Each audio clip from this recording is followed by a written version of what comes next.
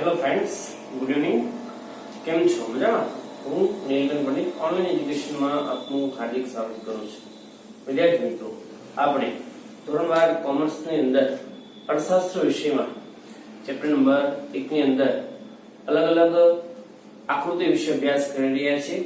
જેમાં સૌપ્રથમ આપણે સમય આધારિત રેખાકૃતિ જોઈ, ત્યાર પછી બીજા નંબરે આપણે સાદી સ્તંભાકૃતિ જોઈ, ત્યાર પછી પાસપાસની સ્તંભાકૃતિ જોઈ, ત્યાર પછી લાસ્ટ લેક્ચર ની અંદર આપણે વિભાજિત સ્તંભાકૃતિ જોઈ અને આજે એનો છેલ્લો પ્રકાર વૃત્તાંશ આકૃતિ વિશે આજે આપણે અભ્યાસ કરશું.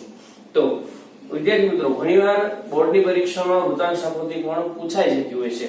જનરલી પૂછાતી નથી, પણ જો પૂછાઈ જાય તો આપણે કઈ રીતે દોરવી અને એનું વૃત્તાંશ મૂલ્ય કઈ રીતે મેળવવું એ ખાસ શીખવું જરૂરી છે. તો આજે આપણે વૃત્તાંશ આકૃતિ વિશે અભ્યાસ કરશું. તો આજનો આપણો ટોપિક છે વૃત્તાંશ આકૃતિ. તો વૃત્તાંશ આકૃતિ એટલે શું? તો સૌપ્રથમ તો વૃત્તાંશ એટલે શું? વૃત્તાંશ એટલે વર્તુળનો અંશ. વૃત્તાંશને શું કહેવાય છે? વર્તુળનો અંશ. એની વ્યાખ્યા આપણે જોઈએ, એનો અર્થ જોઈએ તો ખાસ વૃત્તાંશ આકૃતિમાં કેવું હોય છે કે કોઈ એક વર્તુળને સમષ્ટિ માની લેવામાં આવે.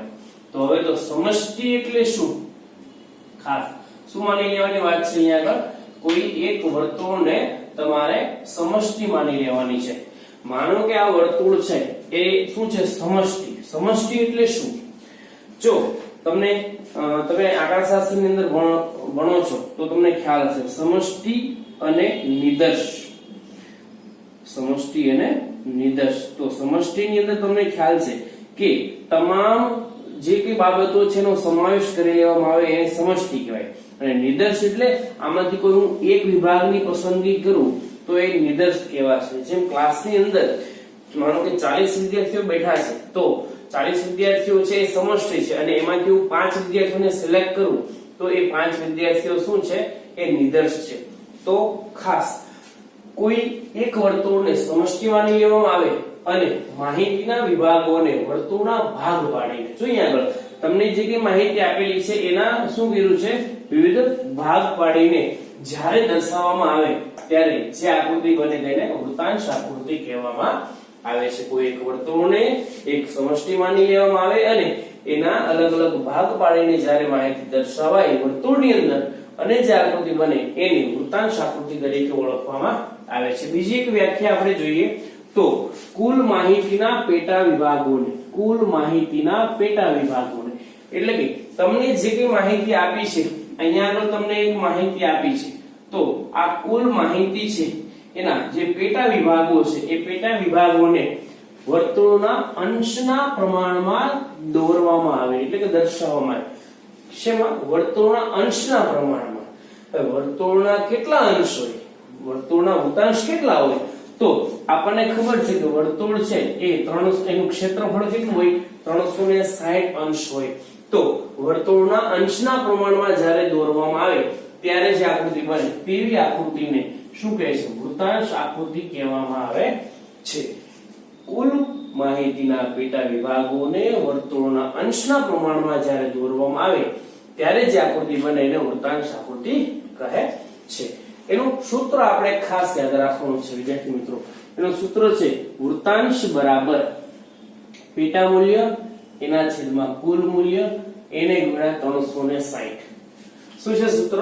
પેટા મૂલ્ય છેદમાં કુલ મૂલ્ય એને ગુણ્યા 360.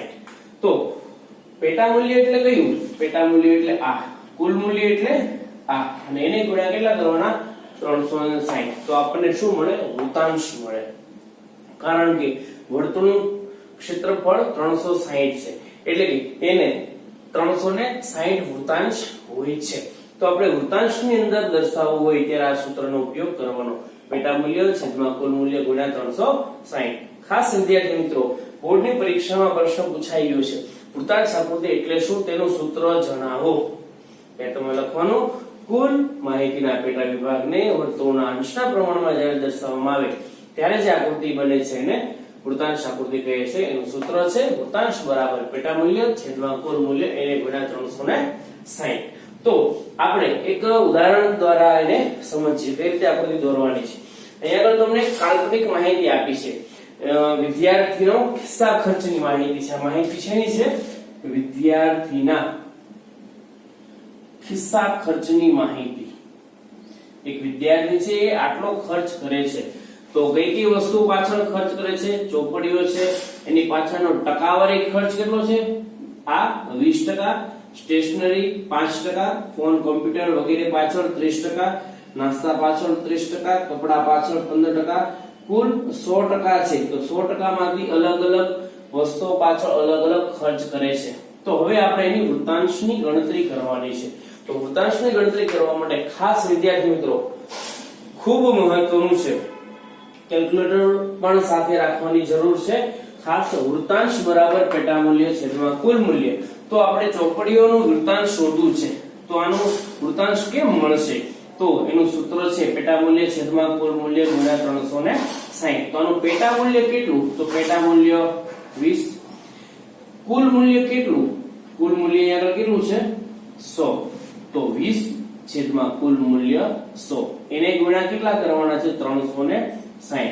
તો તમને શું મળ્યું? તો આનો જવાબ તમને મળ્યો 72 અંશ. આનો જવાબ કેટલો મળ્યો? 72 અંશ. બરાબર છે. ફરી વખત હવે બીજા ઉપર આગળ વધીએ આપણે. સ્ટેશનરીનો ખર્ચ કેટલો છે? 5%. તો પેટા મૂલ્ય 5 છેદમાં કુલ મૂલ્ય કેટલું? તો એમને એમ જ રહી છે 100, એને ગુણ્યા 360. તો આ તમને મળ્યું 18 અંશ. તમારું મૂલ્ય થશે વૃત્તાંશનું સ્ટેશનરી ખર્ચનું 18 અંશ. પછી ફોન કોમ્પ્યુટર પાછળ કેટલો ખર્ચ કર્યો છે? 30%. જો અત્યારે પણ આપણે જોઈએ તો ફોન કોમ્પ્યુટર પાછળ વધુ ખર્ચ થાય છે. ઘણા વિદ્યાર્થીઓ પાસે ફોન નહોતા, તો એને ફોનની ખરીદી કરી, તો એ ખર્ચ શું થયો? એક એક્સ્ટ્રા વધ્યો ખર્ચ. તો અહીંયા આગળ જોઈએ ફોન કોમ્પ્યુટર પાછળનો ખર્ચ છે 30. તો પેટા મૂલ્ય એનું કેટલું? 30. કુલ મૂલ્ય 100, એને ગુણ્યા 360. એટલે તમને અહીંયા આગળ માપ મળ્યું 108 અંશ. બરાબર છે. તમે કેલ્ક્યુલેટરમાં 30 છેદમાં 100 ગુણ્યા 360 કરશો એટલે તમને મૂલ્ય મળશે. અહીંયા આગળ જો નાસ્તા પાછળ 30% ખર્ચ કરે છે વિદ્યાર્થી જો એવો હશે કે મિત્રો ભેગા કરીને નાસ્તો એટલો જ કરે છે, 30% ખર્ચ કરે છે પોતાની પાસે જે કઈ પૈસા છે એમાંથી, તો અહીંયા આગળ સેમ પ્રોસેસ આવશે, કારણ કે અહીંયા આગળ પણ 30 છે. 30 પેટા મૂલ્ય છેદમાં કુલ મૂલ્ય 100 ગુણ્યા 360 બરાબર 108 અંશ. ત્યાર પછી કપડા પાછળ 15% ખર્ચ કરે છે, તો પેટા મૂલ્ય કેટલું? 15 છેદમાં કુલ મૂલ્ય 100, એને ગુણ્યા 360 બરાબર 15 છેદમાં 100 ગુણ્યા 360 કરશો એટલે તમને મૂલ્ય મળશે 54 અંશ. તો હવે તમારે શું કરવાનું છે? તમે જે કઈ આ માહિતી અહીંયા આગળ ગણી છે એ સાચી છે કે ખોટી પેલા જોવાની. એના માટે શું કરવું પડે? તમને જે કઈ જવાબ મળ્યો છે આ બધા જવાબનો શું કરવાનો? સરવાળો કરશો એટલે તમારો જવાબ છે 360 અંશ આવશે. અહીંયા આગળ પણ એમ કરવું હોય તો કરીએ. 100 પેટા મૂલ્ય છેદમાં કુલ મૂલ્ય 100 ગુણ્યા 360 બરાબર થશે 360 અંશ. તો આ રીતે તમારે વૃત્તાંશની ગણતરી કરવાની છે. કયા સૂત્રની મદદથી? આ પેટા મૂલ્ય છેદમાં કુલ મૂલ્ય એને ગુણ્યા 360. તો આ આપણે ગણતરી કરી. હવે શું કરવાનું છે? હવે ખાસ મહત્વનું, તમને જે જવાબ મળ્યો છે, આ જે જવાબ મળ્યો છે ને, આ 72 અંશ, 18 અંશ, 108 અંશ, 108 અંશ અને 54 અંશ અને સરવાળો 360. આ જે જવાબ મળ્યો છે એના આધારે વર્તુળમાં તમારે દર્શાવવાનું છે. તો કઈ રીતે દર્શાવશું? પેલા કેટલો છે? 72 અંશ. તો મેં તમને કીધું હતું કે તમારી પાસે કોણ માપક હોવું જોઈએ, રાઉન્ડ માસ્ટર છે હોવું જોઈએ, અથવા અર્ધ રાઉન્ડ માસ્ટર જે છે આ રીતનું આપણે અગાઉ વાત કરી હતી એ પણ ચાલે. તો અહીંયા તમને ખબર છે ખૂણો પડે, આ કેટલા અંશનો હોય? 90 અંશનો. અને આ જે છે એ આમ આખું કરો એટલે આ 90 90 ને 90 એટલે 9 ચોક 36 360. તો આ ખૂણો 90 અંશનો હોય એટલે આ જે છે એ 90 નું હોય. પણ આપણે કેટલું જોઈએ છે? આપણે 72. એટલે તમે એ તમારું રાઉન્ડ માસ્ટર છે એ અહીંયા 0 થી રાખશો એટલે તમારે જો અહીં જ્યારે 72 આવે ત્યારે તમારે અટકાવી દેવાનું છે, ત્યાં લાઈન દોરવાની છે. કારણ કે આ માપ છે એ કેટલું તમારે રાખવાનું છે? અહીંયા આગળ આપ્યું છે 72 અંશનું. તો અહીંયા આગળ તમે લખશો 72 અંશ. ટકાવારીમાં દર્શાવવું હોય તો કેટલા ટકા છે? 20% છે. કૌંસમાં આપણે ટકાવારીમાં પણ દર્શાવીએ 20%. બરાબર છે? 72 અંશ કૌંસમાં 20%. ટૂંકમાં આટલો જે ખર્ચ જે છે, આ જે ખર્ચ થયો, બરાબર, એ ખર્ચ છે એ શેનો છે? ચોપડીઓ પાછળનો ખર્ચ કરેલો છે વિદ્યાર્થીએ. તો આ ચોપડીઓ પાછળનો ખર્ચ. બીજું નેક્સ્ટ સ્ટેશનરી ખર્ચ છે, એનું આપણને વૃત્તાંશનું મૂલ્ય કેટલું મળ્યું? 18. તો 72 વત્તા 18 કરો એટલે કેટલા થાય? 90. તો આ માપ છે અહીંયા ફરીથી પાછું તમે 0 થી લઈ શકો, અથવા અહીંયા આગળ 0 રાખી 72 પછી પ્લસ 18 કરો એટલે 90 થશે. એટલે 90 જ્યાં તમારે અહીંયા આગળ રાખશો એટલે 90 આવે ત્યાં તમારે અહીંયા આગળ લાઈન દોર નાખવાની. એટલે આ માપ થશે 18 અંશ. ટકાવારીની દ્રષ્ટિએ 5%. બરાબર છે? આ ખર્ચ છે સ્ટેશનરી ખર્ચ છે. ત્યાર પછી ફોન કોમ્પ્યુટર પાછળ 30% ખર્ચ કરે છે. તો એનું વૃત્તાંશ મૂલ્ય આપણને મળ્યું 108 અંશ. તો 108 અંશ હવે તમે 90 સુધી કરી લીધું છે. આખું તમે રાઉન્ડ માસ્ટર મૂકશો એમાં 108 જે આવે ત્યાં તમારે લાઈન દોર નાખવાની છે. એટલે આ જે વિભાગ અલગ થઈ ગયો એ કેટલાનો થઈ ગયો? એ 108 અંશનો થઈ ગયો. ટકાવારીની દ્રષ્ટિએ લખવું હોય તો 30%. કારણ કે આપણે જોયું અહીંયા આગળ કે ફોન કોમ્પ્યુટર પાછળ વિદ્યાર્થી 30% ખર્ચ કરે છે, એટલે એનું વૃત્તાંશ મૂલ્ય આપણને 108 મળ્યું. એ રીતે નાસ્તા પાછળ પણ 108 ખર્ચ છે. તો એ રીતે તમે પાછું અલગ રીતે તમારે કરવું હોય તો અહીંયા આગળ પાછું 0 રાખો અને પછી પાછી 108 ની ગણતરી કરો. તો આ રીતે તમારે અહીંયા આગળ છે એ લાઈન આવશે, એ પાછું અહીંયા બંધ કરી દેવાનું છે. એટલે 108 અંશ 30%. આ જે ખર્ચ છે એ કપડા નાસ્તા ખર્ચ છે, અને છેલ્લે 15% ખર્ચ છે એ કપડા પાછળ કરે છે. તો બાકીનું અહીંયા છેલ્લે 15% વધ્યું હશે. તમે રાઉન્ડ માસ્ટરમાં કરશો તો પણ તો એ 15% એટલે કેટલું થયું? 54 અંશ. બરાબર? અંશની દ્રષ્ટિએ 54. તો આ રીતે તમને અહીંયા આગળ જે છેલ્લે કપડા ખર્ચ છે એ પણ મળી ગયો 54 અંશ. તો એ તમે અહીંયા આગળ દર્શાવ્યો. હવે તમે જે કઈ અહીંયા આગળ માહિતી દર્શાવી છે એને અલગ અલગ ડિઝાઇન આપવાની છે, કારણ કે એકબીજાથી અલગ પડે. તો પેલા ચોપડીઓ પાછળનો ખર્ચ છે 72 અંશ, એને આપણે અલગ ડિઝાઇન આપી દઈએ. ચાલો બુક રીતે કોઈ પણ તમે અહીંયા આગળ ડિઝાઇન છે, ચિત્ર છે આપી શકો. તો આ ચોપડીઓ થઈ ગઈ, આ છે બુક છે. બરાબર? તો હવે તમારે સાથે સાથે સંજ્ઞા સૂચિ પણ દર્શાવવાની છે. તો આપણે સંજ્ઞા સૂચિ સાથે સાથે દર્શાવતા જઈએ. અહીંયા આપણે સંજ્ઞા સૂચિ લખીએ. સંજ્ઞા સૂચિ. બરાબર છે? પહેલું જે બોક્સ એમ અલગ અલગ કેટલા વિભાગો પડ્યા છે એટલા બનાવવાના. 3 ને 2 5, 4 અને 5. પહેલો ખર્ચ કયો છે? ચોપડીઓ. તો ચોપડીઓ પાછળનો ખર્ચ પછી સ્ટેશનરી ખર્ચ, પછી છે ફોન કોમ્પ્યુટર પાછળનો ખર્ચ, પછી છે નાસ્તા ખર્ચ, અને છેલ્લે છે કપડા ખર્ચ. દરેકની તમારે અહીંયા સંજ્ઞા સૂચિ દર્શાવવી પડે. હવે આપણે ચોપડીઓ પાછળ માટે ડિઝાઇન કરી, પછી સ્ટેશનરી જે છે તો એના માટે આપણે કોઈ અલગ લાઇનિંગ કરી નાખી, શેડ અલગ અલગ આપવાના છે, જેથી કરીને તમે અલગ રીતે એને સમજી શકો. ઓકે? ત્યાર પછી ફોન કોમ્પ્યુટર છે, એના માટે આપણે અલગ ડિઝાઇન કરી નાખીએ.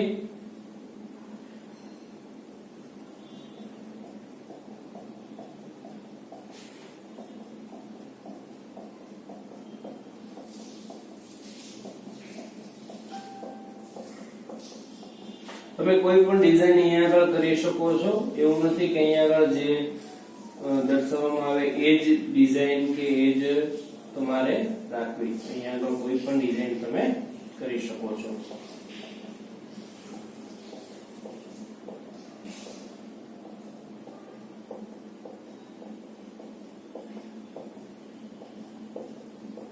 ઓકે? આ થઈ ગયો ફોન કોમ્પ્યુટર પાછળનો ખર્ચ. હવે નાસ્તા ખર્ચ.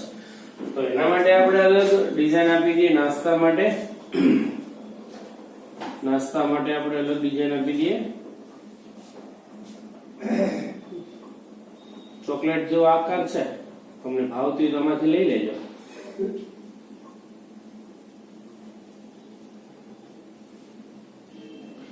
ચોકલેટ નો આકાર આપણે અહીંયા લઈને આપ્યો છે.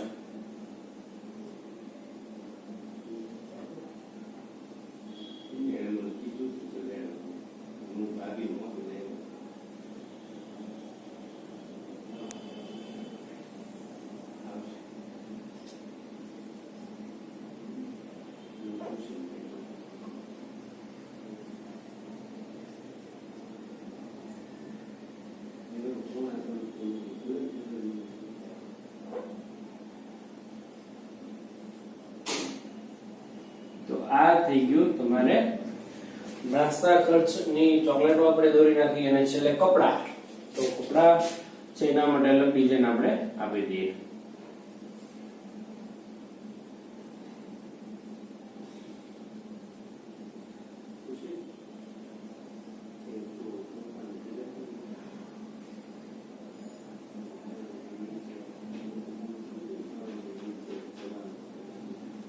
ઓકે, તો આ જે છે એ થઈ ગયો કપડા ખર્ચ. તો આપણે અલગ અલગ ડિઝાઇન આપી દીધી. કઈ ડિઝાઇન કઈ છે અહીંયા આગળ દર્શાવી દઈએ. ચોપડીઓ માટે તમે શું કર્યું છે? આ રીતે બુક દોરી છે, પછી સ્ટેશનરી માટે આ ડિઝાઇન કરી છે, પછી ત્રીજું જે છે એ ફોન માટે તમે આ ડિઝાઇન કરી છે, પછી નાસ્તા માટે ચોકલેટ દોરી છે, તો અહીંયા આગળ પણ તમારે સંજ્ઞા સૂચિમાં આપી દેવાનું. કપડા માટે સ્ટાર છે તો એ અહીંયા. તો જે કઈ તમે અહીંયા ડિઝાઇન બનાવો એ સંજ્ઞા સૂચિમાં આ રીતે બતાવી દઈએ. તો ખાસ વિદ્યાર્થી મિત્રો, આ રીતે વૃત્તાંશ આકૃતિ છે તમારે દોરવાની છે. હવે વૃત્તાંશ આકૃતિ દોરતી વખતે અમુક બાબતો છે ધ્યાનમાં રાખવાની છે. અહીંયા આગળ આપણે લખી નાખીએ કે વૃત્તાંશ આકૃતિ દોરતી વખતે ધ્યાનમાં રાખવાની બાબતો. પણ એ પહેલા આનું જ્યારે તમે વિશ્લેષણ લખો ત્યારે કઈ રીતે લખશો કે અહીં આપેલ માહિતી પરથી વૃત્તાંશ આકૃતિ દોરવામાં આવી છે. પછી એક વિદ્યાર્થીનો ખિસ્સા ખર્ચ આપેલો છે, જેમાં ચોપડીઓ પાછળ 20% ખર્ચ કરે છે, જેનું વૃત્તાંશ મૂલ્ય 72 અંશ મળ્યું છે. જેના માટે આપણે વૃત્તાંશનું સૂત્ર પેટા મૂલ્ય છેદમાં કુલ મૂલ્ય ગુણ્યા 360 ના ઉપયોગથી આપણે મૂલ્ય મેળવ્યું. પછી સ્ટેશનરી પાછળ ખર્ચ 5% છે, જેનું વૃત્તાંશ મૂલ્ય 18 અંશ મળ્યું છે. ફોન કોમ્પ્યુટર પાછળ ખર્ચ 30% છે, જેનું વૃત્તાંશ મૂલ્ય 108 મળ્યું છે. નાસ્તા પાછળ ખર્ચ 30% છે, જેનું વૃત્તાંશ મૂલ્ય 108 અંશ મળ્યું છે. કપડા પાછળ 15% ખર્ચ છે, જેનું વૃત્તાંશ મૂલ્ય 54 અંશ મળ્યું છે. તો આમ કુલ વૃત્તાંશ મૂલ્યનો સરવાળો 360 અંશ થાય છે. આટલું લખવાનું છે, જોઈ જોઈને લખવાનું છે, એમાં કઈ નવીન નથી. અને છેલ્લે એક સારાંશનો મુદ્દો આપણે લખીએ છીએ. સૌથી વધુ ખર્ચ 30%, ફોન કોમ્પ્યુટર અને નાસ્તા પાછળ, અને સૌથી ઓછો ખર્ચ સ્ટેશનરી પાછળ 5% કરવામાં આવે છે. તો આ રીતે તમારે ખાસ એનું વિશ્લેષણ છે લખવાનું છે, કારણ કે આકૃતિ અને વિશ્લેષણ બંનેના થઈને 5 માર્ક આપણને મળતા હોય છે. હવે ધ્યાનમાં રાખવાની જે બાબતો છે એમાં તો સૌથી પહેલું કે વૃત્તાંશના કેટલા વૃત્તાંશના અંશ હોય છે. તો ખાસ વર્તુળના 360 અંશ હોય છે, એટલે કે 360 વૃત્તાંશ છે. વર્તુળનું વૃત્તાંશ કેટલું હોય છે? 360. બીજું, માહિતીના જે દરેક વિભાગો છે એને વર્તુળના ભાગ પાડીને આપણે દોરીએ છીએ, પણ એના માટે પેટા વિભાગોનું વૃત્તાંશ મૂલ્ય છે એ સૌપ્રથમ શોધવામાં આવે છે. શું શોધવામાં આવે છે? વૃત્તાંશ મૂલ્ય શોધવામાં આવે છે. તો ધ્યાનમાં રાખવાનું છે કે વૃત્તાંશ મૂલ્ય શોધવું જરૂરી છે. પછી તમારે દર્શાવવાનું છે, સીધું 20% 5% એમ દર્શાવવાનું નથી, ગણતરી જરૂરી છે. અને ત્રીજું, ખાસ જ્યારે આપણે બે અલગ અલગ પ્રદેશ કે સમયગાળા વચ્ચે સરખામણી કરી તો ખાસ સરખામણી કરતી વખતે છે ધ્યાન રાખવાનું છે. ખાસ જ્યારે નાની માહિતી હોય છે ત્યારે નાનું વર્તુળ દોરવામાં આવે છે, અને મોટી માહિતી માટે મોટું વર્તુળ દોરવામાં આવે છે, જેથી કરીને આપણે એકબીજા વચ્ચે જ્યારે તુલના કરતા હોય પ્રદેશો વચ્ચે કે કોઈ સમયગાળા વચ્ચે, ત્યારે તમે એ આકૃતિને અનુરૂપ તમે દોરી હોય તો તમે સરળતાથી ની તુલના છે એ કરી શકો ને યોગ્ય તારણો મેળવી શકો. તો ખાસ આ 3 બાબતો છે એ તમારે ધ્યાનમાં રાખવાની છે. તો તો આ સાથે આપણે આકૃતિના જે કઈ મુદ્દાઓ છે એ તમામ પૂરા થાય છે. આપણે અલગ અલગ 5 આકૃતિ જોઈ જે તમારે ફરજિયાત ગ્રાફ પોથીની અંદર દોરવાની છે. સાથે સાથે એની પાછળ તમારે એનું વિશ્લેષણ પણ લખવું જરૂરી છે. તો અહીંયા આગળ આપણો આકૃતિનો જે ટોપિક છે પૂરો થાય છે. હવે નેક્સ્ટ વિડિયોની અંદર આપણે આલેખના પ્રકારો વિશે અભ્યાસ કરશું. Thank you.